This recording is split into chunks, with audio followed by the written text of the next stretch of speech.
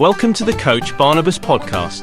It's time to take a few minutes and leave behind the stuff that drains us and recharge our batteries with some encouragement and insight. Finding the extraordinary in the ordinary. Hi, welcome back to Coach Barnabas. This is a really special episode, something that I've been wanting to do even before I started the podcast. This was something I wanted to be able to do from time to time, and I'm going to have a special guest join me. So, and as my first, and who knows, I mean, the way things go, this may be my only guest. Who knows? Every episode could be my last. You just never know. So we're just having some fun with it. But this is something I envisioned before I even started this podcast. This YouTube channel is also part of it.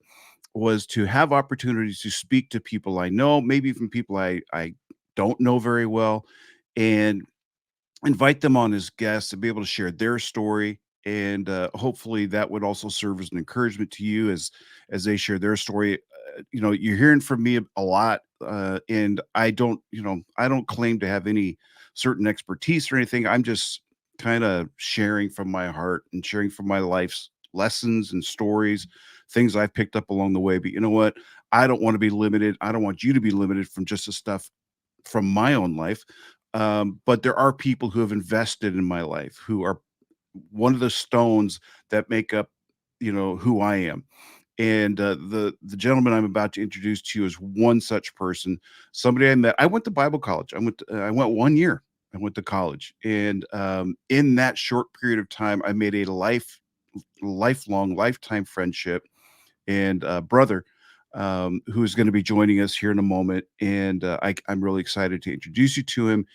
His story is his life story is pretty fantastic.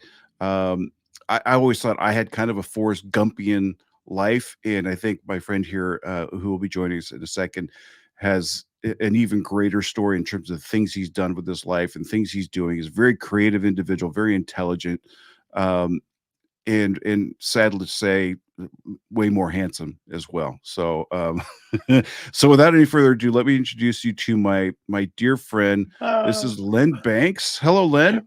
Hey, Corey, how are you? I'm great, man. You look good. Thank you. So do you. Oh, well, yeah. Hey, I am so excited and congratulations on starting your podcast. And I'm Thanks. honored that I get to be your first guest, and I'm sure of many. Well, But we'll thank see. you. I just I'm may invite honored. you back more and more. Well, there you go. Why not? It could be a regular thing. Maybe I could be a guest on when you're hosting this show or something. I don't know. Yeah, no. No, but we go back a ways. A long ways. A long ways. Yeah. Now you're actually, I think, 13, just over 13 months older than me. Okay. So, I mean, not that I'm counting. Rub it in. I know. How many days? How many hours? Well, yeah, because you were born on January 2nd. Third. Dang it.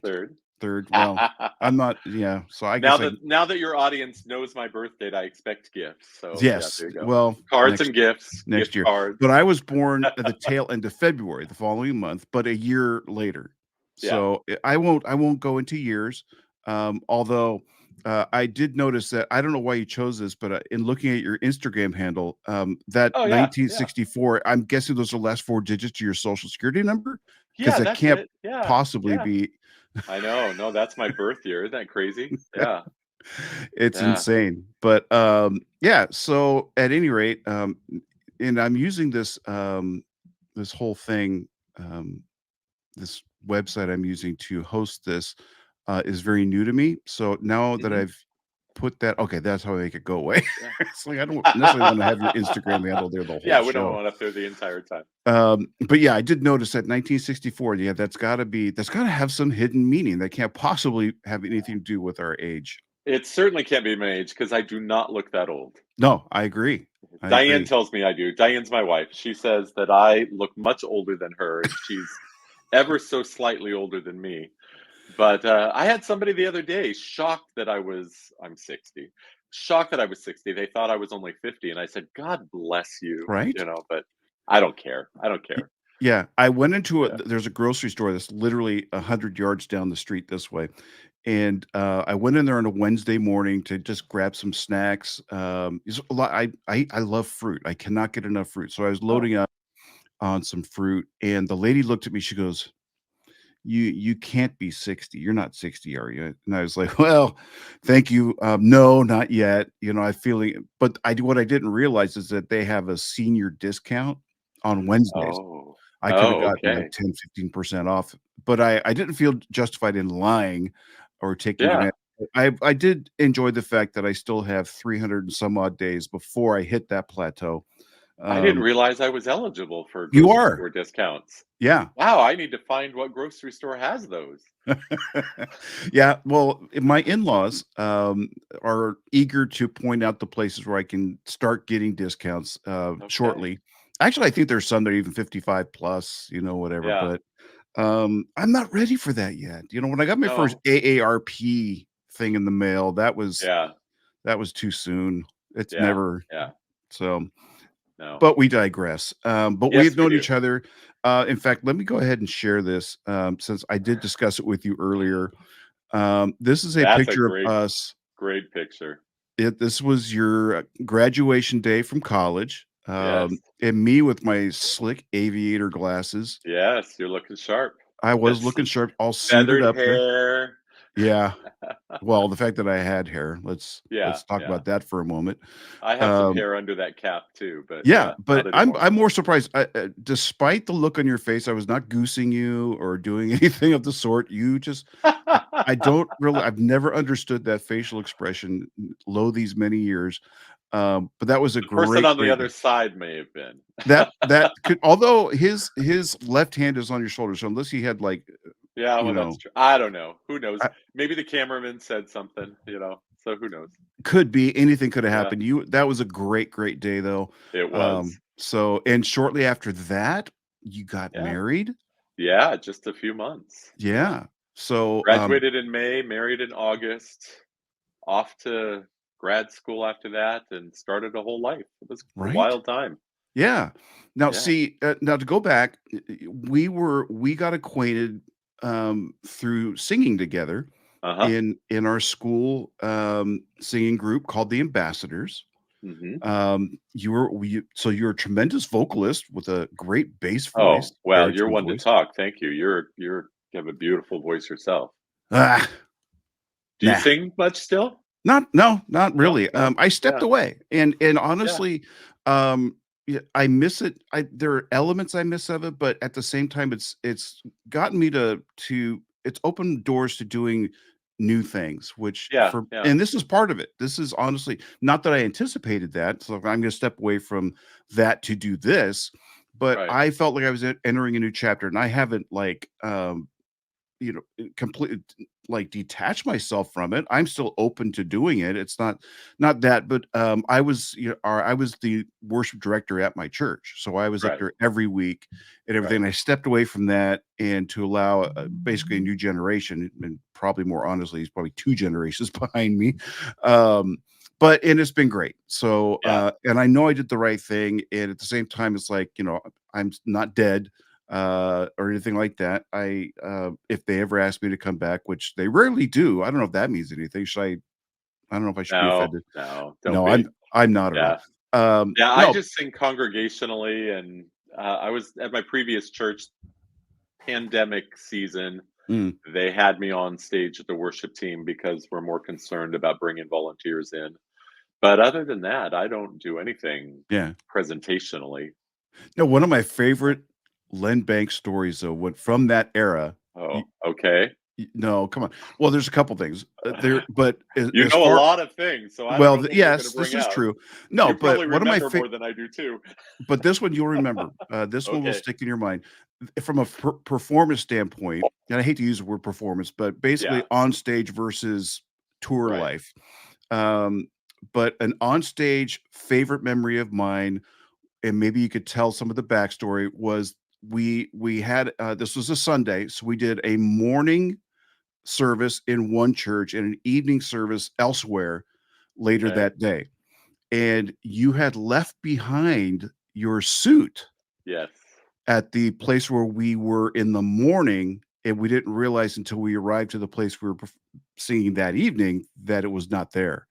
Yeah. Can you add some Honestly, texture I to that? don't remember any of that other than what we did to compensate for it. I do remember that, but I don't remember why I forgot the suit. I have the tendency to be a little absent-minded sometimes, and so obviously that's one of those examples. But when we got to the church that night, there was no way the leader, the director, was going to let me come on stage in street clothes when everybody else is dressed in suits and looking really dapper. So, but I have a key role in, it was 8 or 10 person ensemble, Mhm. and so you can't lose my part. So they gave me a mic and put me behind stage, and if anybody was musically in tuned, and knew, they're like, "Wait, where's that other part coming from?" But I was behind the stage, and nobody ever saw me. So And that yeah, what was fun about that is because obviously we're all on the stage and we could look off stage and we could see you sitting in a chair or whatever it yeah, was you were doing with your mic off stage, yeah, but singing your part diligently and beautifully. But as and you remember Daryl, our director, yeah. who had a pretty he had a fun sense of humor, He and he he does. he encouraged Yeah. me to take the opportunity to introduce our stagehand, our offstage disembodied vocals Yes. of Len Banks. And I just remember from behind the curtain, your hand coming out like, "Hello." I don't remember that, but I probably was too embarrassed to just literally come out. So, But I mean, that was if I'm gonna be outed, then why not just let me sing? But yeah, Daryl's funny. So yeah, that was Daryl's idea. And I don't think the rest of the group was aware of that. So I had some looks at me like, "Don't do it. Don't that's embarrassing. That looks awful." But it's like I had Daryl's encouragement to do that. So yeah, I felt confident that I wasn't gonna get reprimanded. exactly. But I Yeah. did get some dirty looks from the group, like, "What are you doing?" And you looked at me like, "No." Yeah. Yeah, I wasn't in on it. That was a great moment. But Yeah, some of our tour bus life, I think, and this is what really solidified our yeah, relationship was yeah. we were forged in partnership in the card game Rook. Yes. And we had a lot of nonverbal techniques in being able to share with each other which colors we were strong in, Yeah. which was a form of cheating. Uh, Exactly. yeah. Yeah. Because Bible college students are masters. Oh, shoot. So, but we Yeah, you formed open the door. I did, yes. No, kids do not follow our Yeah, example we're people. We're whatsoever. people. Yeah, Yeah, yeah. Do but not try this at home. no, no, absolutely do not. We have learned the error of our ways. Yeah, But through all of this, a lifetime bond was formed, and I was honored to be asked to be in said wedding. That was just a few months after your graduation, and yeah. really just within a year of us having laid eyes on each other for the first time. So I was tremendously honored to be part of that and a part Thank of you. a memory that you celebrate every year with your beautiful wife now of that many years. Yeah, Um, so you're approaching. So this year will be 39. yeah, yeah. Wow. A lot of years. Yeah. So Pretty awesome. and she's a wonderful woman. She is funny. Wi- She is. Yeah. She tells me all the time that she's the funniest person I know. Well, I mean, you can't argue that. Can't No, argue. because it's true. She is. She's But I just think hilarious. it's funny that she announces to me that she is. Yeah, just Well, I mean, I it's don't I don't have an option to think otherwise. this is true. And one of the things now we've drifted in and out of each other's life over the decades, though we Yeah. never lived terribly far from one another, but our lives just took on different things. You traveled, you spent time in the mission field after your graduation, right? Did you not? You were in Germany Oh, for some just time? a summer. I did a summer thing. Actually, I did that before I met you. I did it the Okay. summer between no, 2 summers before I met you. I did it the summer between my sophomore and junior year, Okay. and then I met you my senior year. Okay. So it had been a while. And uh and I've gone on a lot of missions trips. That's part of my role in churches was to take teams to Russia and El Mhm. Salvador and Mexico. Mhm. So I've done a lot of that. Terrific. And you've been Yeah. in ministry throughout almost the entirety of your adult life. Am I The right? entire time Yeah. until what we're probably going to talk about in a little while. I took a break here recently Mhm. in this last transition of my life, but yeah, otherwise that's the only adult career I've had. I've had other jobs, but Yeah. that's my career Yeah. the whole time. Great. And Yeah. now, yeah, so that kind of leads us into really, I mean, we've kind of kept in touch, like I said, kind of Yeah. sporadically. But over the last couple of years, your life has taken a bit of a turn. Now, mine first, and I've mentioned this in previous episodes, where 10 years ago I moved from beautiful, sunshiny California to wicked cold Rhode Island. And yes, wicked. Wicked. I'm Yes. adapting the lingo here. It Uh, fits. it does. It does.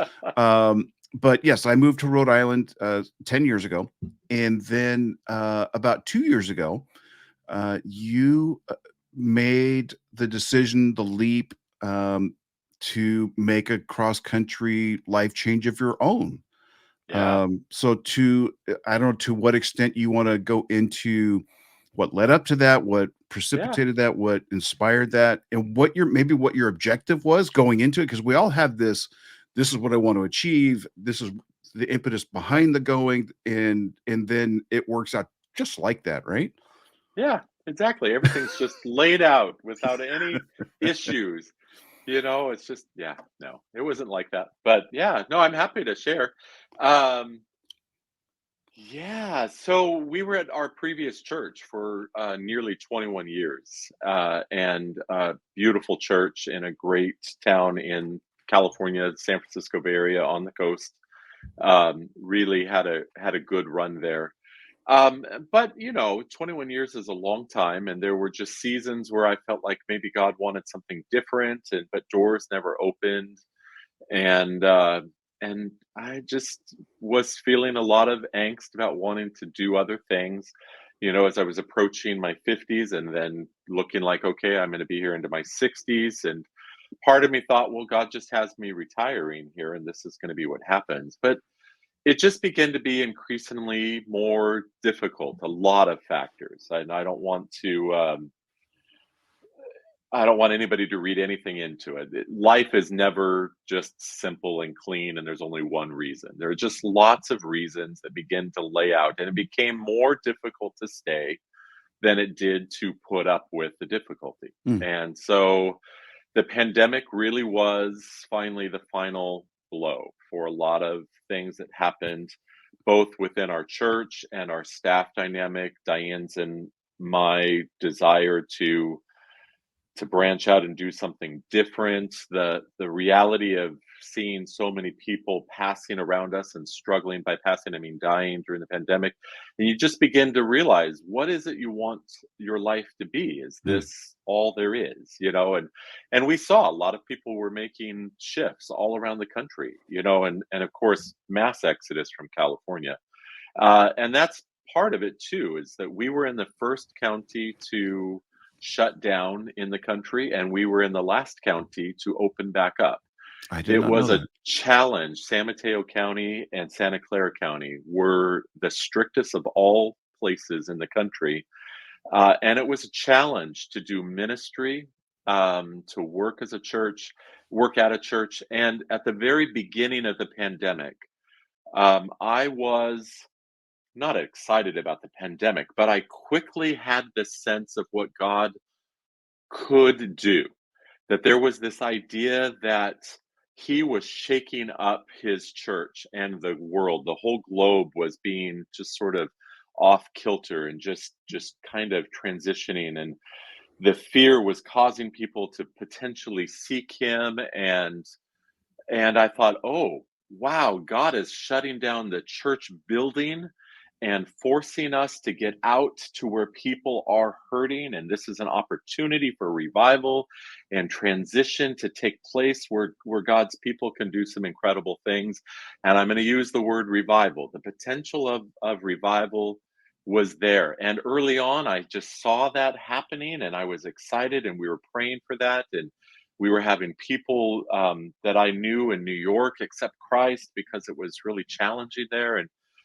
And then all of a sudden, politics got in the mix, and it got ugly, and very large parts of the church got more angry at government about being forced to shut down. And I don't want to go into the politics side of it all, but I began to see that the window for revival, the openness of God's people in the American church to get out of the building and do something, began to close, and people instead entrenched because of their own fear and their own anger and their own beliefs on both sides of the spectrum. It just, and as pastors, so many of us, and I know myself and our lead pastor, we were getting emails and letters of criticism that why were we cowing down to the government? How dare us? We were evil and wicked for that.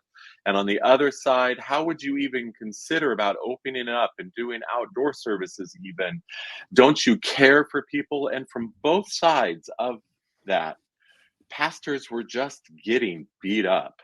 And I took that personally, and it was hard for me. It was a weird season. And I wanted a sabbatical. I'd been at this church for 20 years, and I'd been promised a sabbatical. Again, not wanting to cast aspersions to the church. That's not my point, but I never got it. And finally, I just said, well, I need to make my own because I cannot continue.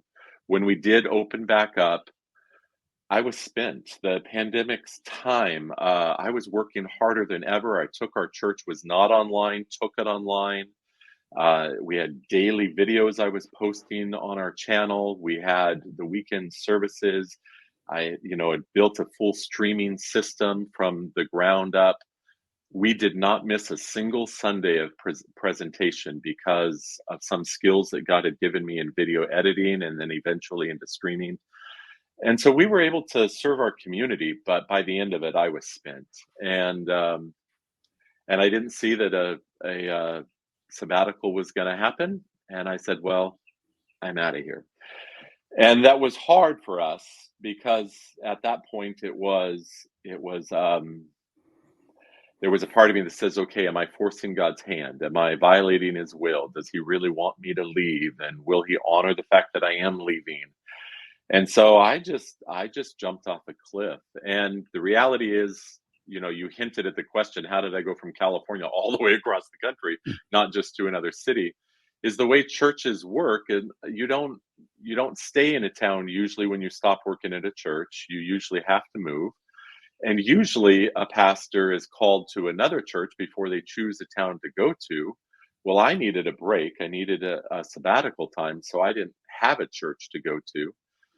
And then if you don't have an income, you can't afford to live in California. And so we just had to sell our house, and God orchestrated. It was amazing. We sold at that particular time at the high before there was a slight crash, and we cashed out, and we're one of those people that moved across the country and could do what we did. And we took 6 months, I think, 4 to 6 months to just drive and see friends. We went to Waco and Nashville and New Orleans and here to Charleston where I'm at. We saw my senior year college roommates here in Charleston.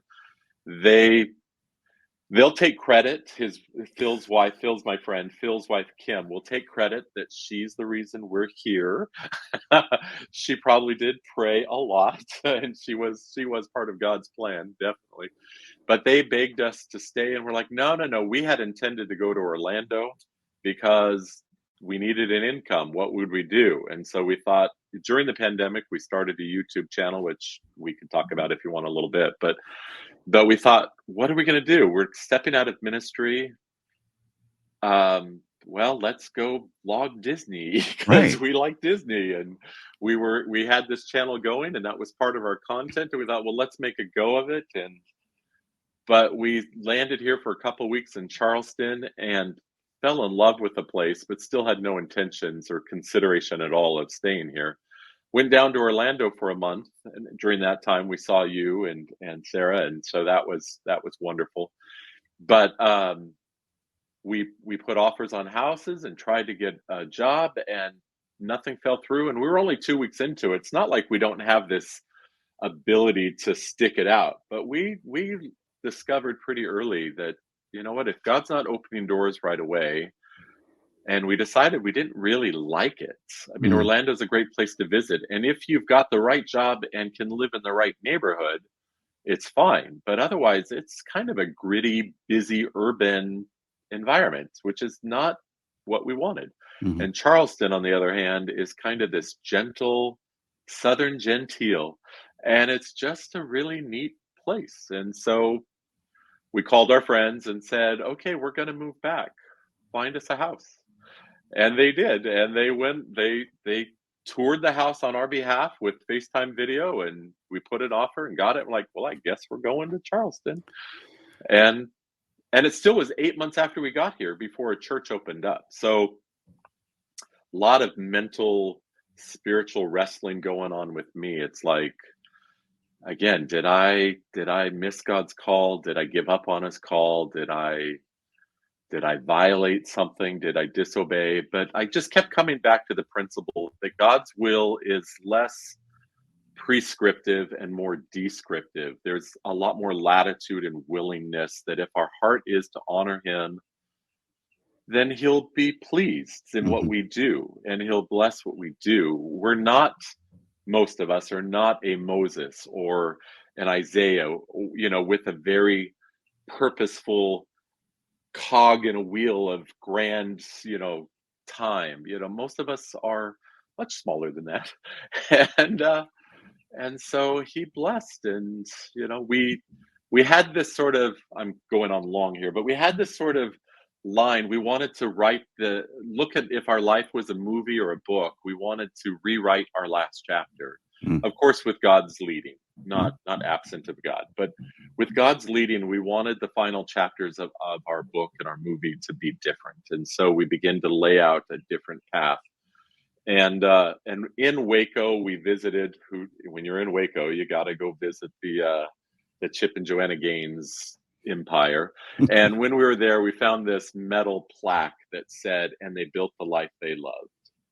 And we bought that, and it hangs in our house. That's become kind of our phrase, that we're taking not control. God has control, but we're taking a greater interest in partnering with Him on what we want life to be. And so, not that we're afraid of suffering and struggling and deal with difficulty, but you don't have to put up with that unnecessarily either. So we No, moved on. I agree, and you know what? I mean, I've shared my story a little bit. I've touched Hmm. on even my parents' story when they moved to Costa Rica. They knew that they knew that they knew, and God had confirmed it. It had been a year-long process before they made that final move and transition and cut everything, all their ties from California, United States living to make that commitment to living in another country where they speak Yeah, a different everything is different. Um, but honestly, and I could say the same is true for me, and you're echoing the same thing is uh and not to scare anybody, but you know what?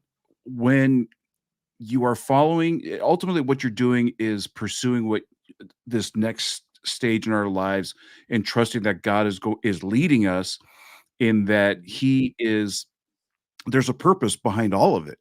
yeah, And but you honestly haven't even gone through the process if you don't go through a season of question, even doubting. And my dad, yeah, who was a spiritual hero of mine, um, had wisdom, second only to Solomon in my eyes. He had tremendous wisdom, but I remember speaking with him on the phone when he's in Costa Rica, and things that you couldn't imagine would go wrong went wrong. I yeah, mean, they did everything so methodically, so everything was bathed and wrapped in prayer. Um, but things just went wrong in every conceivable way.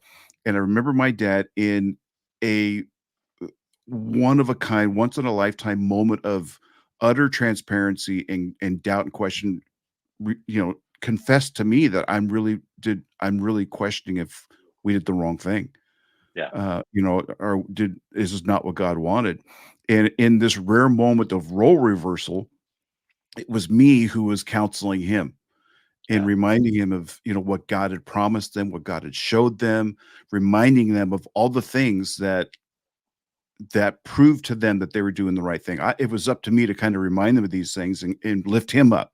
Um, and and remarkable things happened, not because of anything I said, but because they stayed the course Yeah. and Yeah. continued on. And there comes that point to where it's like, and you use the analogy of jumping off a cliff.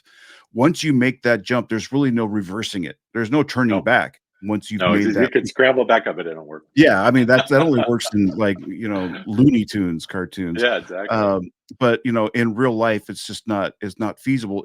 And I've shared that as being equal parts liberating and frightening.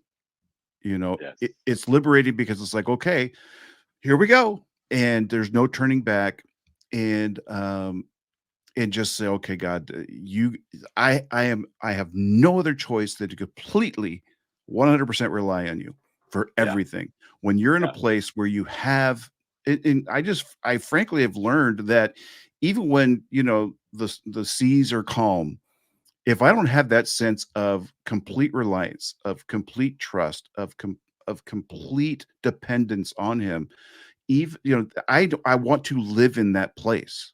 Now, Yeah. that doesn't mean I want to live in that scary place, where life is that kind of frightening, where I am counting on Him for every meal or I'm fortunate that God has thus far sustained us without that kind of angst or anything like that. But at the same time, it's like it could all be taken Yeah. in overnight. Tomorrow's promised to no one, and I'm one call from the doctor away from anything, or anything can change. Yeah. And so it's like, but the circumstances, though they may change, the connection and my reliance on God must never change. Right. Right. So Right. go ahead. What you No, have a well, I thought? was just saying, I think part of this is there's this tendency for so many of us who follow Christ to get caught into this myth of, well, if I follow God, everything should be easy and I shouldn't have any persecution and there should be no challenges and everything because I'm obeying Him. And Diane used to say early on in our marriage that she had this same sort of fantasy and this sort of myth that if you eat your peas and eat your vegetables, eat your peas and carrots, then you'll always get dessert. And you know what? Life isn't like that. That's a Mm, myth. And the reality is while I have not suffered, I mean, for me to even use the word suffer in my life is actually insulting to people who really have. But I've had trials and I've had difficulties. And I say on my website and times I've spoken that I have a narrative of suffering as part of the Christian experience because life is not easy. mhm, Life is challenging and difficult, and there are seasons where it's more so than others. And until we have an opportunity to test God's faithfulness, we will never learn He's faithful. Until we have an opportunity to go through a trial, we will never experience His comfort and love for us. That these are all opportunities for God to be revealed in our lives as big and majestic and the God He claims to be, rather than us falling into the trap of taking credit for how good my life is. And so, yeah, there's going to be scary times. And did I doubt? Oh my goodness, yes. And I'm at a church now, and things seem to be lining up incredibly. But I still have these crisis moments where, like, okay, God, what are you doing? mhm. Because, I'm 58 years old and I'm making this kind of a radical change. And, so many people are starting to wind down and look towards retirement. And here we're rebuilding our lives from Starting over. scratch in a Yeah. sense. Yeah. And so many people were high fiving me, like, I'm so impressed. And, you're just this sense of adventure and wow, you're brave. And I'm thinking, no, you're seeing the duck part that's above water, that illustration, and the scary Mhm. parts underneath, and that's what I'm feeling. But we didn't have other options. Again, it became more difficult to stay than it did to leave. Mm. Um, and so God's been proving Himself, and I've been amazed. But along the way, the trust and the faith and the hurry up and wait, the wait Yeah. on God, has to come into play. Now you had you talked about your YouTube channel, and I Yeah, do want to yeah, explore that a little bit. But in your most recent um, vlog, Yeah. You had what you call moments with Waffles, your dog, which we Yeah. love. We love Waffles. Yes. Um, he's such she's such a Do good you have a dog. picture of Waffles, I the black don't. You know dog? what? I wasn't that prepared. That's But okay. Waffles is You all can beautiful. go to my website and look. Yeah. That's it. So go to Len Banks So yeah, on I've got YouTube. this session that's called Coffee with Waffles and Len, Mhm. and the last one I did was about disillusionment to resilience if we're stuck. And you want me to go more into that first, or go into how I developed the shtick with Coffee with Waffles and Len? Well, let's just kind of stick on this theme for a moment, Okay, yeah, because I think we're kind of go there, and then we'll lighten things up okay, all and right. wrap it up. So yeah, talk Yeah, about that. so in recent weeks and months, I've been listening to a number of podcasts from people much smarter than me, just amazing people. And one of them had an interview with a guy named Mike Cosper, who just came out with a book um, um, called Sojourn, a journey of my. Oh, now I'm losing the title. Something of my sojourn. Senior And moment. it Yeah, yeah. I have too many of these. A land of my sojourn. There we go. And as I heard him talk on this podcast, he was talking about how he was on staff at a church that went through a toxic leadership season, and he was forced out. And it's easy, first of all, for people on the outside to say churches and pastors and they none of that should happen. And you're right, it shouldn't happen. But the fact is it does. We're real people. We're humans. We're flawed creatures. We're sinful, and it happens. But God's plan still is to use His church, and so we want to move quickly to grace and forgiveness and healing. But as he shared his story, he talked about how he was disillusioned and how he's come to learn that this disillusionment is actually a gift, because to live in an illusion that things are this fantasy, that things should always be this way, they coulda, woulda, shoulda, is not reality, and it doesn't serve us well. And so to have that illusion crushed and go through this period of disillusionment while it's painful and we don't want it, but as we go through that season we begin to see things more clearly, and as a result healing can happen and we can bounce back then to resilience, and as I said, see God be trustworthy and see God be faithful and help us then become healthy rather than get caught up in bitterness and just stuck in that past. It's like the high school quarterback that never sees those as his glory days and never can live life. Well, we can do that in other areas of our lives if we get caught back in that disillusionment series, a loss of a child or a marriage that crumbles, and we can get stuck in that emotional tragedy and difficulty. That career we thought we'd have, a dream is broken, and we get stuck in those things. And until we strip away the illusion that we had, that we could go back and it could all be perfect again, and instead trust God to move forward and accept the disillusionment process or the grieving process as legitimate and God led, when we do that, then we become resilient and we become healthier and wiser. And that's, I think, where, God talks about, how trials and perseverance make us stronger. That's exactly that kind of a process. And so it's a powerful thing. And yeah, and Waffles got to be on screen while I shared that with y'all. And I do obviously recommend the book. The book is really good. He does a number of case studies out of biblical passages with Peter and Ezekiel, or rather Elijah, and so it's really really well done book. I'd encourage it to be read. Terrific. Awesome. Yeah, Well, it's interesting to see, you in this season and to have followed you um, through your YouTube channel as well as talking to you offline as we have yeah, sporadically throughout the years. Um, but I feel like in the last few years I've been introduced to something I didn't even know about you. I didn't know this existed. I see you are completely flanked by this beautiful body of artwork. Yes, look at all that. Yeah, Yeah. yeah. Tell us a little I'm bit in about my that. studio. Yeah. Oh, Yeah, you know what? Well, I've always been a creative person. I remember in middle school and high school taking art classes and photography. It was always a thing of mine, but somewhere along the way, and I can't identify, but somewhere along the way, I came to a conclusion on my own through my own insecurities, or somebody must have said something that just stuck there, and I don't know, but I never thought that I could do anything with it. I thought that I was too messy, too not refined enough in my style of art at that time, and so I never pursued it. Never conceived that it could be a career, definitely, but never even pursued it as seeing that it could be a viable hobby or life pursuit.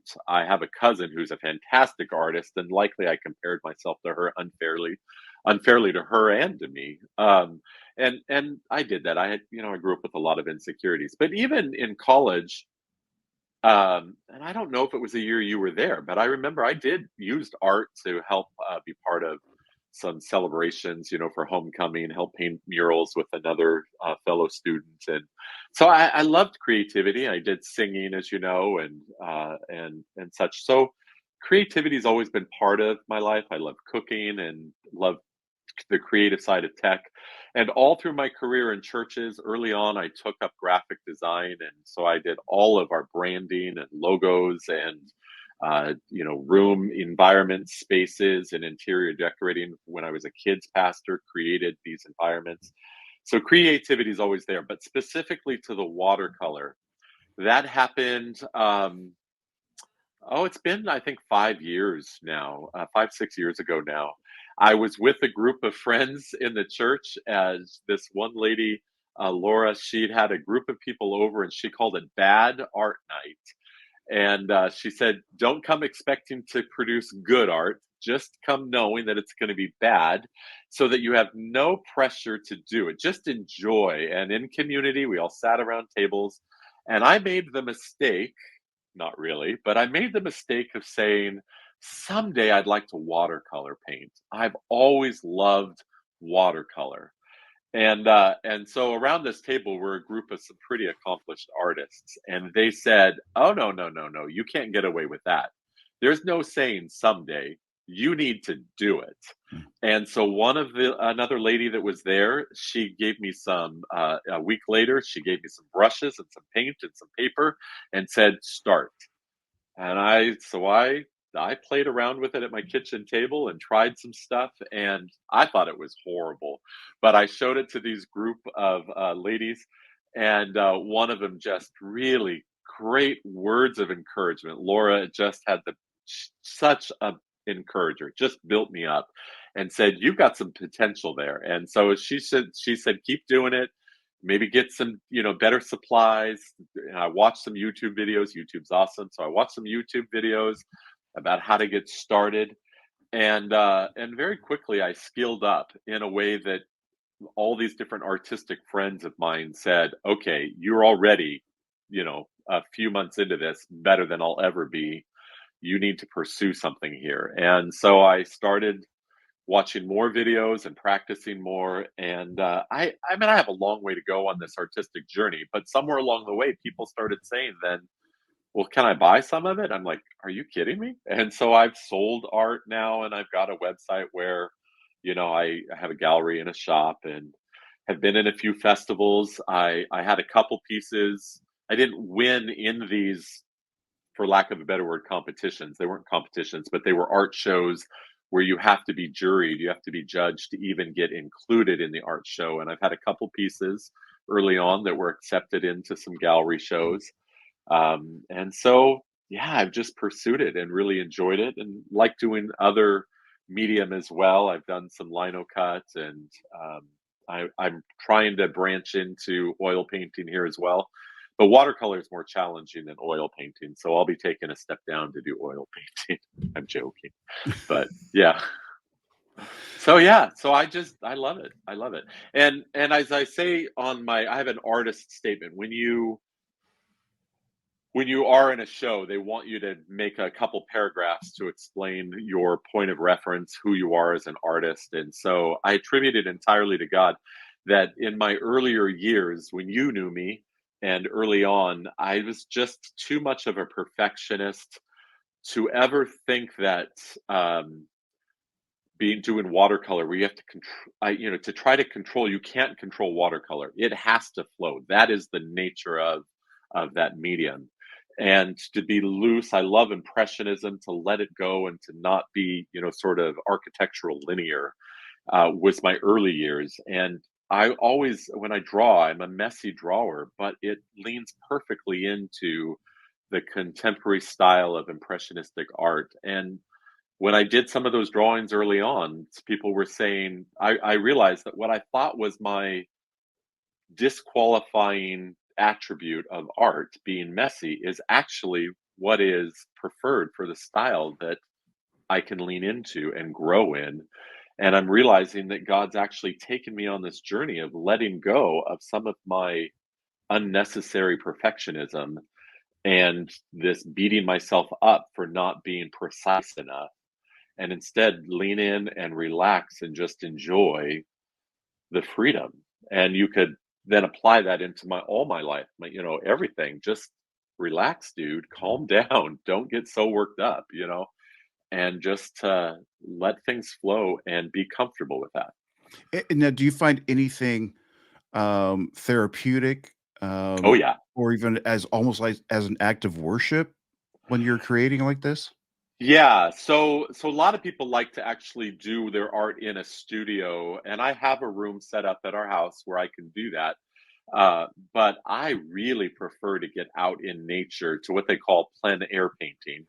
I set up my easel out in a field or on a street if I'm doing an urban scape.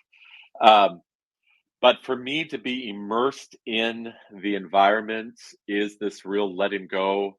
Um, I can't say that I've connected it specifically to worship in the sense that I'm just like praising or praying while I'm painting, but I certainly see it as an expression of God doing something in and through me. So to Mhm. that degree, absolutely it is. And because I'm immersed in the environment, it is totally therapeutic. And it is very much an illustration of, I think, a lot of our spiritual life, even to the story I talked about, where you have this season of fear and doubt, questioning and wondering, did I make a mistake? Because the very nature of art is as you're laying it down on the paper or the canvas, it goes through a lot of ugly and unrecognizable before finally the image emerges. And, uh, and it gets really scary at times. I know it's weird to say it's scary, but it is like, oh, I put that color down or that mark down, and I don't think I like that. And then all of a sudden I add more stuff, and it becomes something incredible. And it is therapeutic, and it is amazing, and it is a lesson for life on how to live life, and let go. So, and to that degree, I even a couple times during the pandemic, I recorded a couple videos of painting that I used as a sermon illustration. That very nature of letting God take what is negative in your life and allow Him to create beauty out of something that looks like chaos. And so yeah, painting is definitely an act of worship, an illustration of life, and therapy for me. Beautiful, beautiful. Yeah, Well, I mean, Len, and just I do want to just give one more little shout. I did put a little banner up there a little earlier. You yeah, do have a website dedicated to your artwork, yeah. lenbanks.com. Is that correct?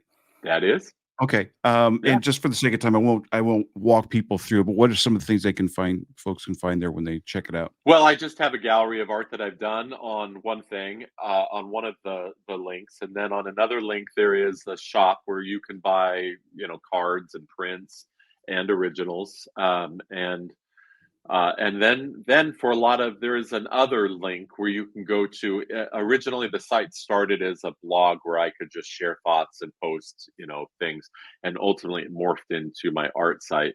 but I didn't remove all of my blog posts and messages that I've spoken at churches. There's a section where you could access some of that as well. But certainly the bulk of it now, front facing, is about my art expression. And then a link also over to my YouTube channel. Terrific. Yeah. Terrific. Well, man, it has been a real pleasure. It's been an honor to have you on my ever so humble little channel here. Well, I'm glad Um, to be here. Thank you. yeah, no, I mean, my dozen or so followers, or For for lack of a now, better word, for you now. got to start. You got to start with one before you can get to 100. So No, but just it's put one foot in front of okay. Thank you. Um, that's awesome. But no, I mean, it's been great to reconnect with you, and Yeah, I want to circle back to something you mentioned a little earlier. A couple summers ago, when we got to connect with you in Orlando, we were down there on yeah, vacation, and as God would have had it, the day before, I think it was the day before, we were in a rather significant car accident, yeah, and outside Orlando, and about an hour or so outside east of Orlando, and my car was totaled. We fortunately were uninjured, nothing significant there, but the car was totaled, and we had major question marks of our own at that point, as we're some 1,500 miles from home. We're on like day 2 of our vacation.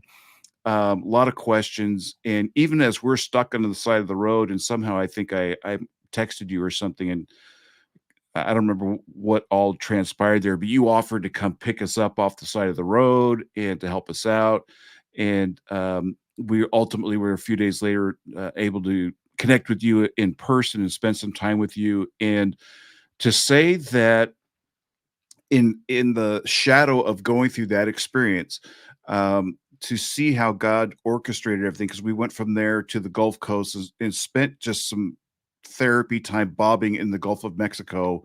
yeah, That was therapeutic and worshipful. And we had more questions than answers as far as what's going to happen with things, the status of my car, and how we're going to get home, and all this other stuff. In our rent a car, and then we went from there and came back to Orlando and spent some time with you and Diane, and to see God's hand in all of it, and just giving us what we needed and who we needed when we needed it. yeah, And you were a big part of that story. You and Diane, and Sarah, my wife, um, she loved Diane instantly. I think she's like, okay, I need to get to know her more. yeah, And so I've had the fortune of knowing Diane for decades, but it was really kind of fun to see her and see you through the eyes of somebody that's so important and special in my life, who is now new to you. But you both brought something up the night we had dinner together, um, when we were in the shadow of the Magic Kingdom, um, and you reminded me of us, you, Diane, and me, back in California, praying together for the woman who might eventually be my wife. yeah, And Diane brought that up, and it was kind of this full circle moment, and then being able to share my wife with my longtime friends, and vice versa, was a moment where, had she not brought that up, it might have gone overlooked. And yeah, so I'm yeah, so thankful that Diane said that, and that it was just a moment of God just kind of sealing it and saying, yeah, this this this friendship, this bond that we share, um, is so deep and so special, and has seen me through a lot of seasons, and know to be in the season I'm in, share it with people who are so special to me, and to see the season you're in, and God kind of reconnecting us. And now you're still living, you're on the East Coast, so we're yeah. halfway there, but we got to get some time together. But I Yeah, love you yeah, I wanna guys. jump in. I think you're winding down, but I wanna Yeah, jump in and just say that it was wonderful. It was a joy to meet Sarah and have you guys there, and I'm glad we were offering a little bit of respite from that very scary PTSD sort of event in your life. Absolutely. But it was wonderful meeting her and seeing you just fulfilled and completed with your better half. for And sure. uh Yeah. and and I will say this with some jest but some truth. we're angry at you that you haven't come back down to visit us. And of course, likewise, you could say the same thing. We haven't come up there either. So we'll take some blame. But yeah, everybody wants to come south because it's wicked up there, not It's just wicked nasty. cold. Yeah. It's 35 degrees here right now as we Oh speak. my goodness. Well, we're Yeah. expecting some rain, but today was 72, so it was nice. You're welcome. Love you, brother. Hey, anytime. I'm here to help. I know. I appreciate that. And you say that in jest, but you say what you mean. And you were there for me, Yeah. and you offered to be there when we needed you, and things worked out to where we didn't need you to literally come pick us up off the side of the road, but you would have done it in a heartbeat. Totally would have. So you're special people, and Thank you. So we'll talk more, but thank you so much for agreeing to be a guest here. Despite I have almost nothing to offer you. So it's just a great opportunity to introduce my audience to you, and I hope everyone will go and check out your YouTube channel, which is a lot of fun, and hopefully you'll start putting some more content on there. Yeah, it's been a little slow this year, but I have been putting the Coffee with Waffles and Len, which is my version of a devotional podcast. Mhm. But you have I've a got diverse. other streams. Yeah, I don't have a very focused channel, which is Yeah. part of my problem. But what I want to do is to share faith and art and Disney. And what I ended up sharing was a review of some products. But we did post a ton of our journey and our thoughts of Mhm. getting into our house here in Charleston. So it was also therapeutic in really explaining our journey. And if anybody's been intrigued by how do you go from San Francisco area to Charleston and rebuild your life, we literally the entire drive across country we blogged that whole thing, and Mhm. so there's a lot of fun stuff, good memories. And that's a beautiful thing about Yeah. being able to use this medium for things like that is Yeah. it's chronicled. Yeah. For your daughter, we didn't even get a chance Yeah. to talk about Nikki, but maybe for another time, just talk about your family a little bit. But these things Yeah. are chronicled, and I think even sharing with my podcast is maybe it'll help people who are close to me get a little insight into things from my life, or sharing some of my stories. It's like, because I don't talk about it very much, but there's things I have learned that made me who I am today, from experiences, from failures, from disappointments, Yeah. from Yeah. successes, from whatever. Yeah. All these little, and again, you and Diane, you in particular, have been a major influence in my life, and so thankful that you're Thank still you. you're that we have that connection. So Yeah. with that, we'll go ahead and end the podcast version here. So thank you for joining us. As always, I hope you've enjoyed this. If so, got to do the thing, right, Len? Gotta do Subscribe, things. like, subscribe, share. share. Absolutely. And I loved your feedback on this, because this is the first time for me, and I'm kind of winging it, and I'm sure it's a little clumsy and not terribly professional, but that's okay. Hopefully, Oh, no. Leave lots of comments. Let Yeah. him let him know how great his channel is, and encourage him to keep doing it. And Good. and check out Len's stuff as well. So, as always, Thanks. be encouraged, be an encouragement. Thanks so much for joining us. We'll talk to you again soon. Thank you for joining the Coach Barnabas podcast. We'd greatly appreciate your support by liking and subscribing to the podcast and setting up notifications so we can let you know when new episodes are available. We'd love to hear from you, so please leave a comment. Make a difference today.